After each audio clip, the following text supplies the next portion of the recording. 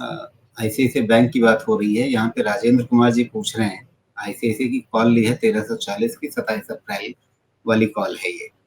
सबसे पहले तो राजेंद्र जी, सोमेश जी एकदम ऑप्शन कॉल फ्यूचर ये सब चीजें जो हैं इनकी बात करते ही नहीं है, इनको नहीं पसंद है। तो आपको अपने ऑप्शन में क्या करना चाहिए इसकी सलाह तो वो बिल्कुल नहीं देंगे। सलाह तो वैसे किसी में भी नहीं देंगे, वो सिर्फ एक अपना नजरिया सामने रखते हैं, लेकिन ऑप्शन के नजरिए से वो बिल्कुल बात नहीं करना चाहेंगे। अब सवाल ये है कि चलिए थोड़ी इनकी मदद करने की अगर हम कोशिश करें सोमेश, तो महीने भर के हिसाब से आईसीआईसीआई बैंक की चाल कैसी रहेगी, उसके हिसाब से ये शायद खुद ही एक फैसला ले पाए फिर इनको अपने ट्रेड में क्या करना है। मुझे नहीं आइडिया है राजीव जी, बिकॉज एक बहुत स्ट्रॉन्ग इंडिकेशन है कि इसमें रनिंग प्रॉफिट बुकिंग जो बोलते हैं ना, वो कभी भी आ सकता है, आ सकता है।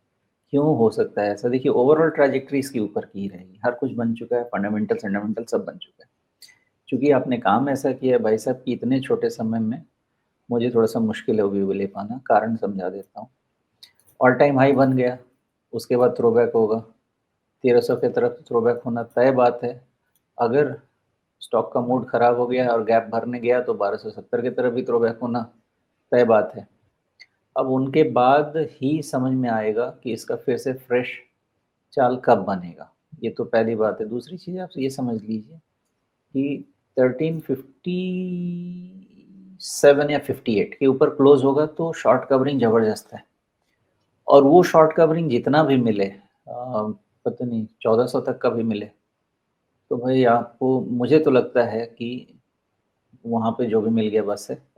फिर शॉर्ट कवरिंग के अलावा अभी इतने राइज के बाद कोई और सहारा नहीं रहेगा। आप खुद ही देख लें, कहाँ 1200 और कहाँ 1400, और वो भी हाथी जैसा बैंक। तो मुझे लगता है कि डिसीजन तो इनका बहुत सुंदर नहीं है। केयरफुली कुछ काम करें तो हो सकता है बच जाए।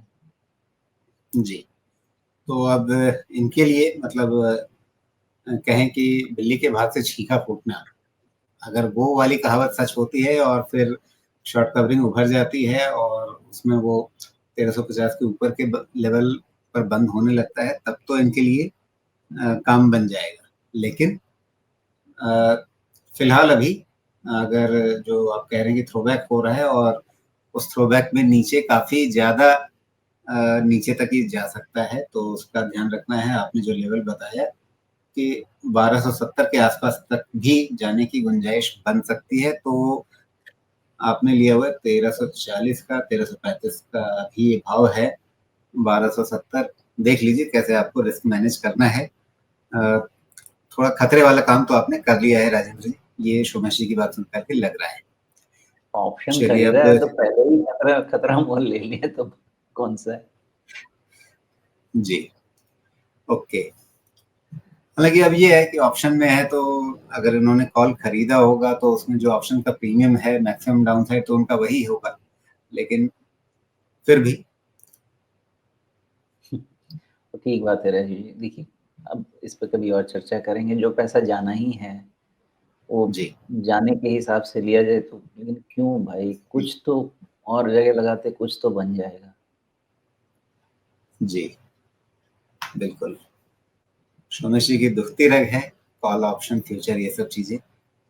जिस चीज को बिल्कुल ऐसा है ना राजीव जी कि इसमें शुरुआत से उभरते इतना, हुए बनते हुए देखा और उसमें निवेशकों को हमेशा नुकसान में ही देखा, तो उसका एक मतलब मन में खटकता तो है। मैंने बहुत रिस्की ऑपरेशन किया है ना, बहुत। मुझे कई कई शहरों में बुलाया जाता था कि उनको ये कर दिया है, डुबा दिया है, आओ बचाओ।